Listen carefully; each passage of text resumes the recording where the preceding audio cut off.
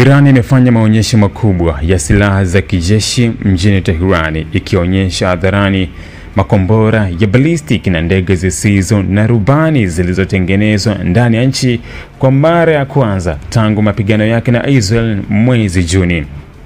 Tukio hili limevutia hisia za kisiasa na za kiusalama, kwani linaashiria uwezo wa Irani wa kujilinda na kushambulia ikiwa itahitajika. Video ya tukio ilirekodiwa na shirika la habari la AP kupitia mpiga picha wake Mohsen Ganji, ikionyesha misururu ya makombora yenye ukubwa na aina tofauti pamoja na drones zenye teknolojia ya kisasa.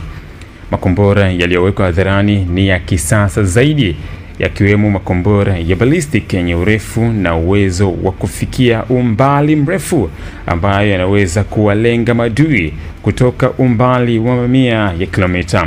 Drones zilizotambulika katika maonyesho ni pamoja na Mohaja 6, Mohaja 10 zenye uwezo wa kuchunguza anga, kupiga ramani maeneo ya adui na kushambulia. Drones za Mohaja 10 zina muundo unaofanana na MQ-9 za Marekani, ikionyesha jinsi Irani imeimarisha teknolojia yake ya uundaji wa UAV za kisasa, ikijumuisha mfumo wa kuongoza na kamera za usahihi wa hali ya juu.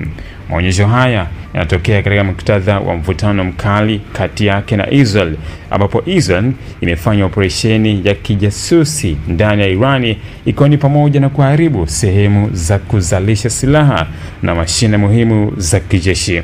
Kuonyesha silaha hizi hadharani kunachukuliwa kama ishara ya nguvu na tahadhari kwa maadui, ikionyesha kwamba Irani haiwezi kudanganyika na iko tayari kutumia silaha zake ikiwa itahitajika.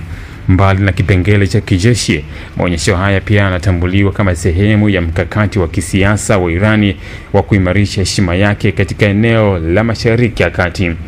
Hatua hii inatuma ujumbe kwa mataifa jirani na nguvu za kigeni kwamba Irani ina uwezo wa kujitetea na kudhibiti mipaka yake ya usalama, huku ikionyesha maendeleo yake katika teknolojia ya uzalishaji wa silaha za ndani, hasa drones na makombora, ambayo ni kiini cha mkakati wake wa ulinzi na mashambulizi ya eneo.